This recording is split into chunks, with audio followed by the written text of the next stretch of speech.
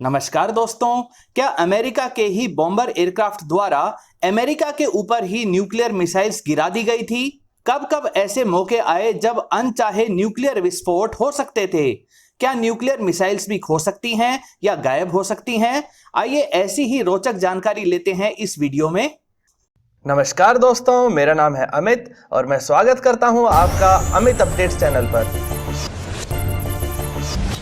तो चलिए दोस्तों शुरू करते हैं। दुनिया में सबसे ताकतवर हथियार जिसे सब अपने पास रखना चाहते हैं वो है न्यूक्लियर हथियार।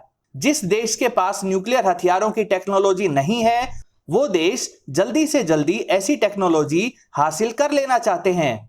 दुनिया में सबसे ज्यादा न्यूक्लियर हथियार रशिया के पास हैं, जिनकी संख्या लगभग 6500 है। दूसरे नंबर पर अमेरिका है, जिसके पास लगभग 5500 न्यूक्लियर पेलोड वाली मिसाइल्स मौजूद हैं। जब इतने खतरनाक हथियारों को बनाया जाएगा यानी कि आग से खेला जाएगा तो जाहिर सी बात है कभी कभी इनसे खुद का हाथ भी जल सकता है। अमेरिकी गवर्नमेंट ने अभी तक ऐसे 32 न्यूक्लियर एक्सीडेंट्स की बात कबूली है जब एक एक्सीडेंट से न्यूक्लियर अटैक का खतरा बन गया था। कुछ उदाहरण देखिए। पहला किस्सा है 1957 में किटलैंड एयरफोर्स बेस का। एक B-36 एयरक्राफ्ट 10 मेगाटन का मार्क 17 हाइड्रोजन बेस्ड हथियार लेकर जा रहा था। अचानक से एयर टर्बुलेंस की वजह से एयरक्राफ्ट जोर से हिलने लगा और इसी दौरान एक क्रू मेंबर गिरने वाला था और बचने के लिए उसने एक लीवर को पकड़ लिया, लेकिन यह वही लीवर था जिससे यह न्यूक्लियर हथियार नीचे गिराया जाता। लीवर खींचते ही इतना ताकतवर न्यूक्लियर हथियार अमेरिका की जमीन पर ही गिर गया। इस न्यूक्लियर मिसाइल में न्यूक्लियर पेलोड के साथ साथ नॉन न्यूक्लियर पारंपरिक विस्फोटक पदार्थ भी मौजूद था। किस्मत से इसका न्यूक्लियर मटेरियल या प्लूटोनियम इसमें उस समय स्टोर करने की जगह अलग से रखा हुआ था। यह न्यूक्लियर हथियार नीचे जाकर अपने पारंपरिक विस्फोटक पदार्थ के कारण एक बड़ा धमाका करता है, लेकिन किस्मत से अमेरिका में न्यूक्लियर एक्सप्लोजन नहीं हुआ। दूसरा बड़ा किस्सा जानते हैं। 1961 का यह किस्सा है जिसमें एक B-52 बॉम्बर एयरक्राफ्ट क्रैश हो गया था। उस समय अमेरिका को हर समय सोवियत यूनियन की तरफ से न्यूक्लियर अटैक होने का खतरा बना रहता था, इसीलिए कुछ B-52 बॉम्बर एयरक्राफ्ट को हमेशा हवा में ही उड़ाते रखा जाता था।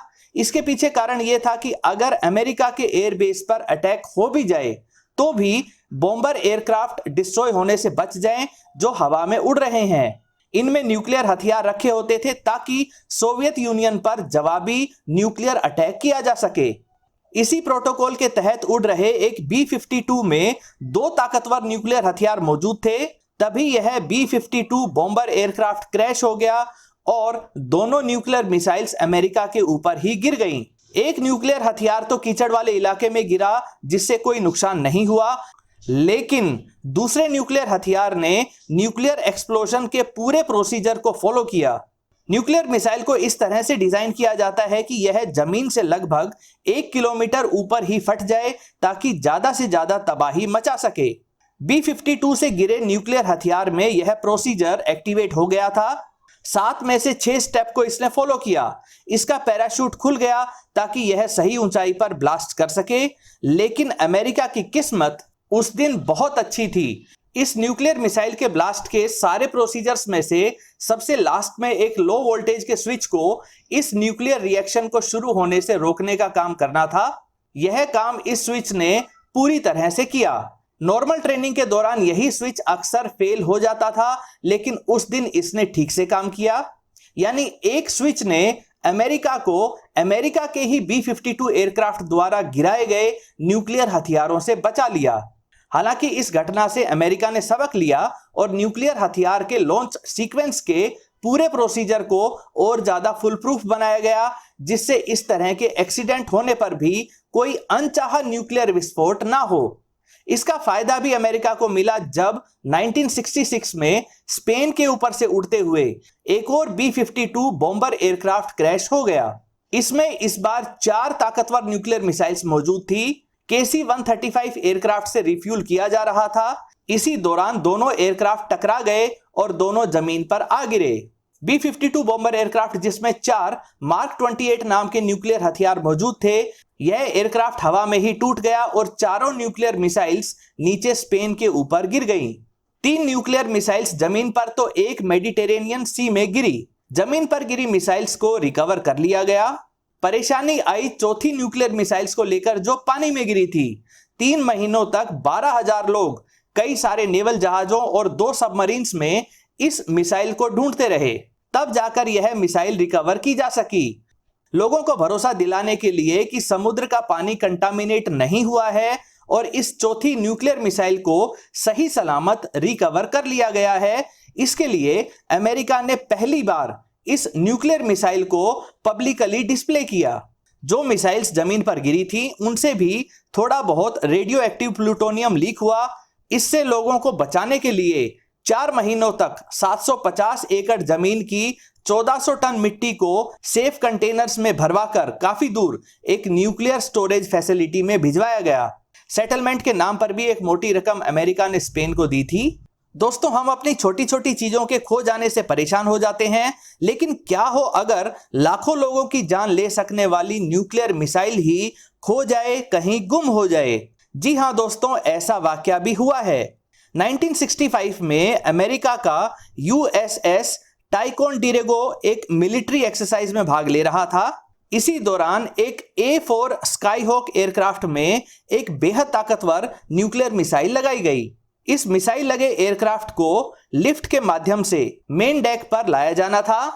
लिफ्ट पर ही अचानक पायलट का ध्यान भंग हो गया और प्लेन पीछे की तरफ होता गया। नतीजा यह हुआ कि यह एयरक्राफ्ट उस न्यूक्लियर मिसाइल समेत समुद्र में जा गिरा। उस न्यूक्लियर मिसाइल को खूब खोजा गया, लेकिन आज तक वह खतरनाक हथियार नहीं मिल पाया है। और चिंता वाली बात यह है कि वह न्यूक्लियर मिसाइल बेहद ताकतवर होने के साथ साथ सिंपल डिजाइन की थी, जिसमें आसानी से विस्फोट करवाया जा सकता है। न्यूक्लियर मिसाइल्स के खो जाने का एक और किस्सा है। 1956 में एक B-47 स्ट्रेटोजेट एयरक्राफ्ट 2 न्यूक्लियर मिसाइल्स को लेकर उड़ा। इसे मैकडिल एयरबेस फ्लोरिडा से मोरक्को जाना था, लेकिन अचानक में बीच रास्ते में यह गायब हो गया। आज तक उस प्लेन का और उन 2 न्यूक्लियर मिसाइल्स का पता नहीं चला है। दोस्तों, अभी और भी गुमशुदा न्यूक्लियर मिसाइल्स हैं इस दुनिया में। 1968 में एक B-52 बॉम्बर एयरक्राफ्ट 4 न्यूक्लियर हथियारों को लेकर ग्रीनलैंड के ऊपर से उड़ रहा था। फिर से B-52 क्रैश हो गया और चारों मिसाइल्स नीचे आ गिरी। 3 मिसाइल्स के टूटे हुए टुकड़े समेत सब कुछ रिकवर कर लिया गया, लेकिन एक न्यूक्लियर मिसाइल आर्कटिक इलाके की बर्फ को तोड़ते हुए पानी में गिर गई। यह न्यूक्लियर मिसाइल अभी भी बर्फ के नीचे पड़ी है और आज तक इसे रिकवर नहीं किया जा सका है। दोस्तों, ये थी न्यूक्लियर मिसाइल्स के साथ हुई कुछ अनचाही घटनाएं, जिनमें एक मिसाइल तो अमेरिका को डिस्ट्रॉय ही कर सकती थी।